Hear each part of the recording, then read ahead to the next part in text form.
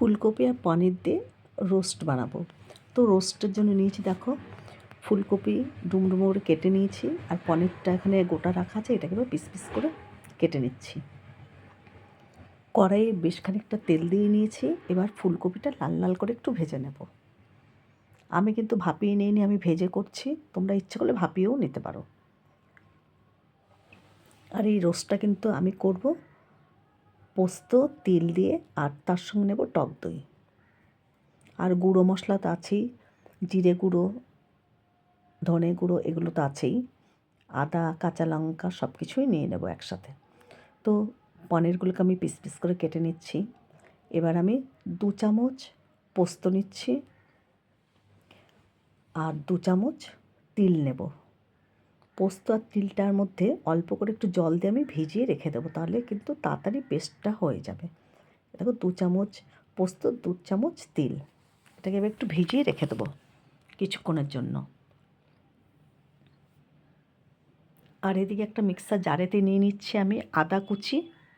দেখো আদা কুচি নিয়ে নিচ্ছি, আর নেব এর মধ্যে একটু গোটা জিরে।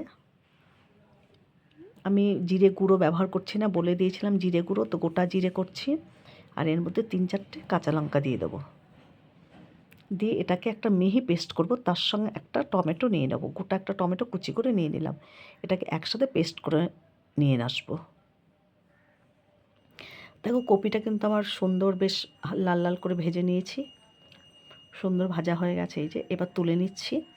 ওই কড়াইয়ের মধ্যে আবার খানিকটা তেল দিয়ে আমি এবার পনিরগুলো নুন হলুদ মাখিয়ে নিচ্ছি, হালকা করে একটু ভেজে নেব। পনির আর ফুলকপি দিয়ে এইভাবে রোস্ট করে খেয়ে দেখবে, খুব ভালো লাগে খেতে। একটু হালকা করে নুন হলুদ মাখিয়ে নিলাম। এবার এটাকে একটু হালকা লাল করে ভেজে তুলছি।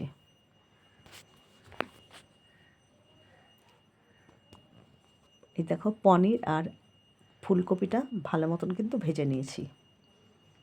ওই কড়াইয়ে এবার আরও একটু তেল দিয়ে ওর মধ্যে আমি গোটা জিরে, একটা শুকনো লঙ্কা আর গরম মশলা ফোড়নে দেব।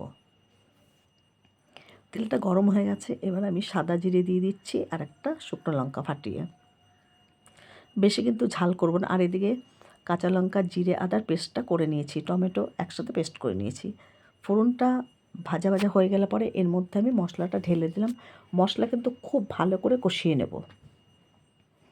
যখন মশলার গা থেকে তেল ছেড়ে আসবে তখন বুঝে নিতে হবে মশলা খুব ভালো করে কষা হয়ে গেছে। এর মধ্যে এবার পরিমাণ মতো নুন আর হলুদ দিয়ে দিচ্ছি।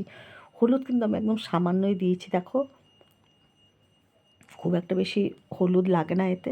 আর এবার পোস্ত আর তিলটা পেস্ট করে নিচ্ছি। আর এর মধ্যে দেখো বেশ কিছুটা দই ব্যবহার করছি।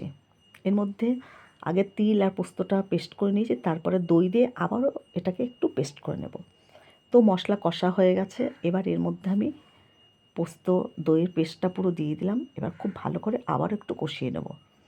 এটা কষাতে কষাতে যখন দেখা যাবে যে এর গা থেকে তেল ছেড়ে আসছে, তখন আরেকটু জল দিয়ে ফুলকপিগুলো দিয়ে দেবো। সামান্য একটু চিনি দিয়ে দিলাম এর মধ্যে।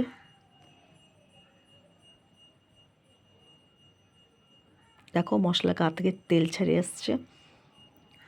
এখন এর মধ্যে অল্প করে একটু জল দিয়ে ফুলকপিটা দিয়ে আবারও ভালো করে নাড়িয়ে চাড়িয়ে নেব। পরিমাণ মতন জল দিয়ে দিলাম।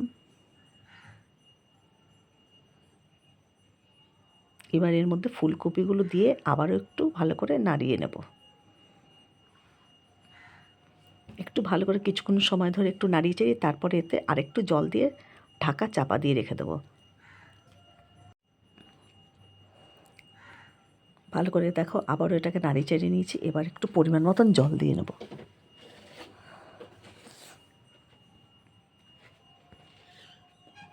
ব্যাস, আর আমি জল দেবো না। এটাকে এবার ঢাকা চাপা দিয়ে রেখে দিয়েছিলাম। একটু এর মধ্যে আমি লঙ্কার গুঁড়ো দিয়ে দিলাম, লাল লঙ্কার গুঁড়ো, আর একটু গরম মশলা দিয়ে দেবো। ব্যাস, একটু গরম মশলা, আর কিছু এর মধ্যে আমি দেবো না।